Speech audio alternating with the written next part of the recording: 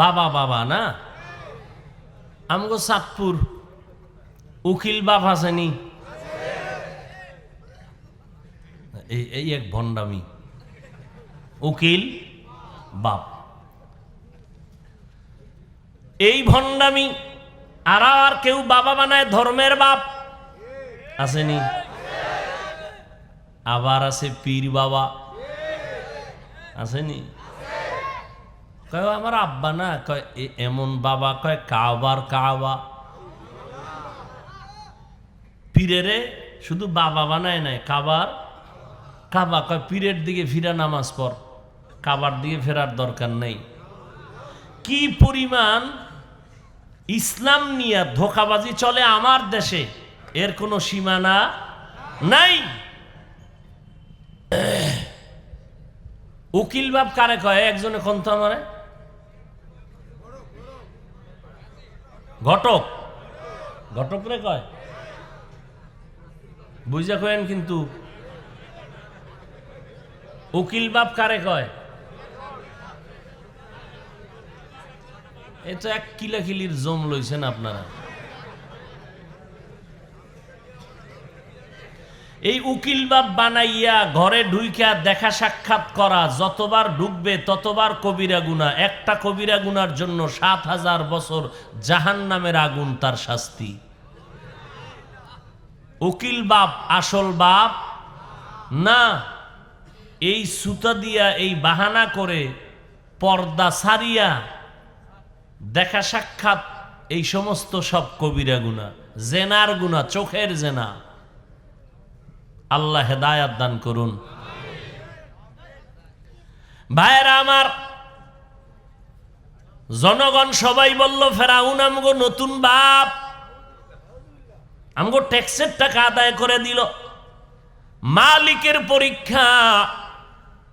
ওই সময়ের বাদশা অসুস্থ হয়ে বিছানায় পড়ে গেল। অস্থায়ী চেয়ারে বসবে কে? জনগণের হা না ভোট নাও। জনগণকে টেনশন কেন করো? আমগো নতুন বাবারে বসায় দাও, যে আমগো ট্যাক্সের টাকা মাফ করাইয়া দিল। ফেরাউন চেয়ারে বসছে, ফকিন্নির থেকে চেয়ারে বইয়া হামানের বানাইছে উজিরে আজম। একদিন হামানের কয়, কিও হামান? কি জাহাপনা? কয় শরীর দিক গরম লাগে। কেন? কয় একটু ভাব হয়ে গেছে ভিতরে। কেমন ভাব? কয় খোদা খোদা ভাব। তাই নাকি? বলে হ্যাঁ। তো কি করবা? কয় দাবি করবো নাকি? বলে করো। ফেরাউন দাবি করলো, আনা রব্বুকুমুল আলা, আমি শুধু খোদা না, সব খোদার বড় খোদা। আরো আস্তে করে বলেন। খোদা হইলে যারা খোদার বান্দা হবে, ভক্ত হবে, এগো জন্য কিছু কাজ আছে না? ভক্তদের মধ্যেও তো চালাক আছে। আমার আল্লাহর উপরে কি পরিমাণ আওয়াজ দেনেওয়ালা বুদ্ধিমান আছে না? আল্লাহর ভুল ধরে। ফেরাউন খোদার আসনে বসলো, ওদিকে মুসা নবীও রেডি হয়ে আইছে। যেই ফেরাউন চাইলো মুসা নামের বান্দা জমিনের মধ্যে যেন আসতে না পারে, বাচ্চা সন্তান ছেলে যদি হয় সাথে সাথে হত্যা করে দাও।